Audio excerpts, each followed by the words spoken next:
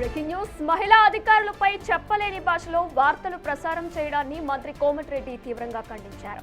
IAS IPS అధికారులు ఎంతో కష్టపడి ఆ స్థాయికి వస్తారని, సెలవులు కూడా లేకుండా ప్రజల కోసం పనిచేసే వారిపై బురద చల్లడం ఏంటని ప్రశ్నించారు ఆయన. అధికారుల బదిలీలు ముఖ్యమంత్రి పరిధిలో ఉంటాయని, తమకు చెప్పి బదిలీలు చేయరని ఆయన స్పష్టం చేశారు. మీరు ఒక తెలంగాణ ఉద్యమకారుని బ్యాక్గ్రౌండ్ లేకున్నా ఒక మామూలు 3 ఎకరాల రైతుని 5 అన్నదమ్ములు నా పాలకు 3 ఎకరాలు 7 సార్లు పోటీ చేసిన నా అఫిడవిట్లో ఎలక్షన్ అఫిడవిట్లో మీరు చూసుకోండి. ఎలక్షన్ పోయి సేమ్ ప్రాపర్టీస్ ఉంటాయి.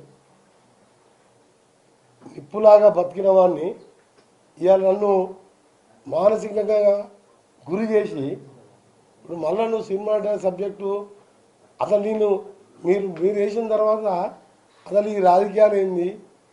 అప్పుడు నా కొడుకు చనిపోయినప్పుడే రాజకీయాలు బంద్ చేసి ఉంటే మంచిగా ఉంటుండే. ఈ తెలంగాణ ఉద్యమం కోసం నా వంతు పాత్ర పోషించిన, సొరంగం స్టార్ట్ చేయించిన, ఎంజీ యూనివర్సిటీ కట్టించిన, లా కాలేజీలు పెట్టించిన నిన్న మన మినిస్టర్ ఇన్ని చేసిన వాళ్ళు కూడా వదిలిపెడతలేదు. మీరు ఇక న్యాయానికి ఏమున్నది? అందుకని ఆ దేవుడే తప్పు చేసినా శిక్షించామని దేవుని ప్రార్థిస్తుంది అంతే. ఎందుకంటే ఇంతకంటే ఎక్కువ ఏం లేదు. మనం ఇంతకంటే ఎక్కువ మనిషిని చంపాలని ఇటువంటి దాంతో చంపొచ్చు. నాకు ఆల్రెడీ ఒకటి అయింది. మీరు ఎంత చేసి ఇప్పుడు ఏమైంది?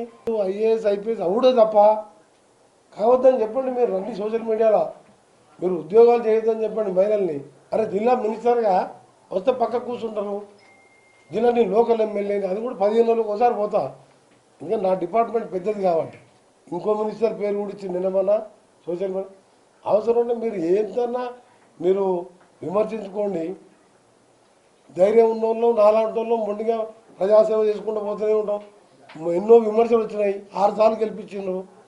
ఒకసారి ఎంపీగా 5 రూపాయలు లేకుండా భారతదేశంలో రికార్డు చేసిండు. మీరు ఇంకా విమర్శించే దేవుడు ఉన్నాడు. దేవుడు తప్పు చేసిన శిక్షిస్తాడు. మీకేమైనా కావాలంటే మీరేమైనా మీకు ఇంకా కూడా కోపం తీరలే వెంకరెడ్డి అనేవాడు ఉండొద్దంటే ఇంకా విషయం ఇచ్చి చంపండి. మీరు మరి అసలు చేసాం అది ఏముంది? మీడియా ప్రతినిధులకు భార్య పిల్లలు ఉంటారని ఇలాంటి వార్తలు రాసే ముందు మీ ఇంట్లో వారికి ఇలాంటి పరిస్థితి వస్తే ఎలా ఉంటుందో ఆలోచించాలని హితవు పలికారు.